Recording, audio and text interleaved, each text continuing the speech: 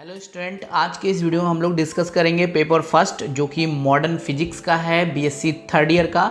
तो आज इसके इम्पोर्टेंट टॉपिक्स मैं आपको यहाँ पर बताने जा रहा हूँ। और इससे पहले मैं पेपर सेकंड जो इलेक्ट्रॉनिक्स का था आपका, उसके मैं वीडियोस 2 पार्ट में अपलोड कर चुका हूँ। अगर आप लोगों ने वो वीडियोस नहीं देखे हैं तो उनको देख लेना, उनमें बहुत इंपॉर्टेंट टॉपिक्स मैंने डिस्कस किए हैं।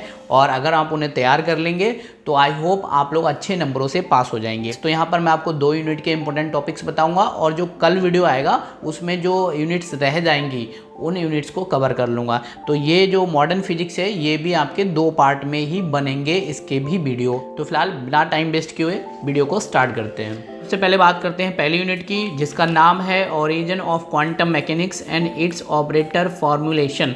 तो आज इसके बारे में थोड़ा डिस्कशन करते हैं।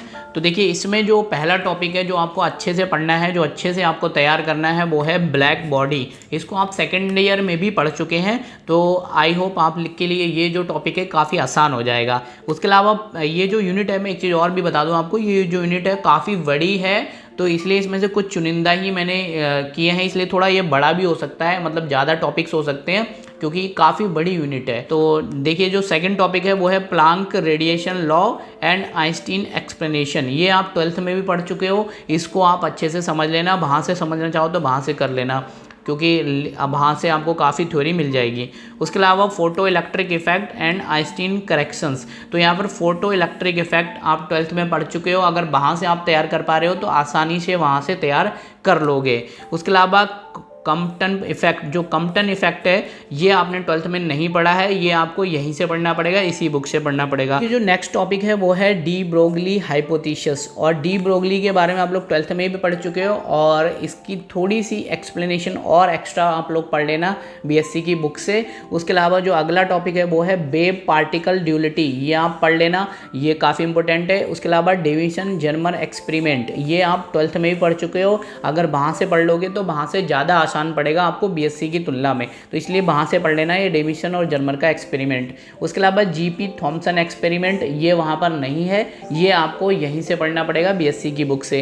उसके अलावा एक है topic group and face velocities, इसको आप लोग पढ़ लेना।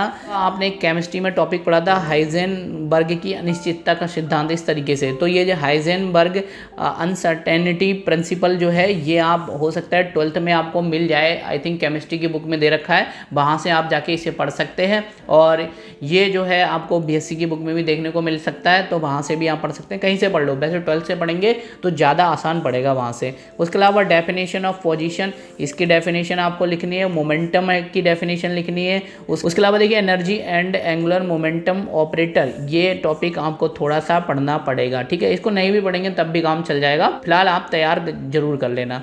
उसके अलावा जो लास्ट टॉपिक है इस यूनिट का, वो आपको यहाँ पर पढ़ना है eigen value and eigen functions. तो ये जो आइगन वैल्यूज और आइगन फंक्शंस हैं, इनको आपको अच्छे से तैयार करना पड़ेगा। अब बात कर लेते हैं यूनिट 2 की। तो यूनिट 2 जो है उसका नाम है Schrodinger equation and its application. ये जो टॉपिक है ये बिल्कुल यूनिट नई है, ये आपने अभी तक नहीं पढ़ी है, तो ये आपको अच्छे से पढ़नी पड़ेगी, इसको आपको अच्छे से समझना पड़ेगा, इसमें थोड़ा टाइम लगेगा आपको समझने में। तो यहाँ पर जो पहला है वो है time independent and time dependent one dimension Schrodinger equation. तो ये आप टॉपिक आपको पढ़ना पड़ेगा, ये थोड़ा डिफिकल्ट पड़ेगा, मैं आपको पहले ही बता दूं। इसको बाद में तैयार करना जब आपके पास समय बचेगा, उससे पहले जितनी भी यूनिट्स मैं बताऊंगा वो सब तैयार कर लेना। फिलहाल मैं आपको इसके इंपॉर्टेंट टॉपिक्स बता देता हूँ।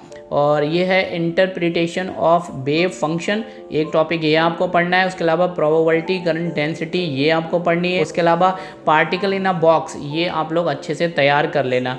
तो ये जो 2 यूनिट है मैंने आपको यहाँ पर बता दिया है 2 यूनिट के बारे में। और जो नेक्स्ट वीडियो आएगा कल, उसमें मैं आपको अगली जो यूनिट है, यूनिट 3, यूनिट 4 और यूनिट 5 के बारे में अच्छे से टॉपिक आपको बता दूंगा, तो वहाँ से जाके आप अच्छे से तैयार कर लेना। तो फिलहाल आज के लिए इतना ही, आप अच्छे से इसे तैयार कर लेना, नेक्स्ट वीडियो में मिलेंगे, तब तक के लिए ऑल द बेस्ट।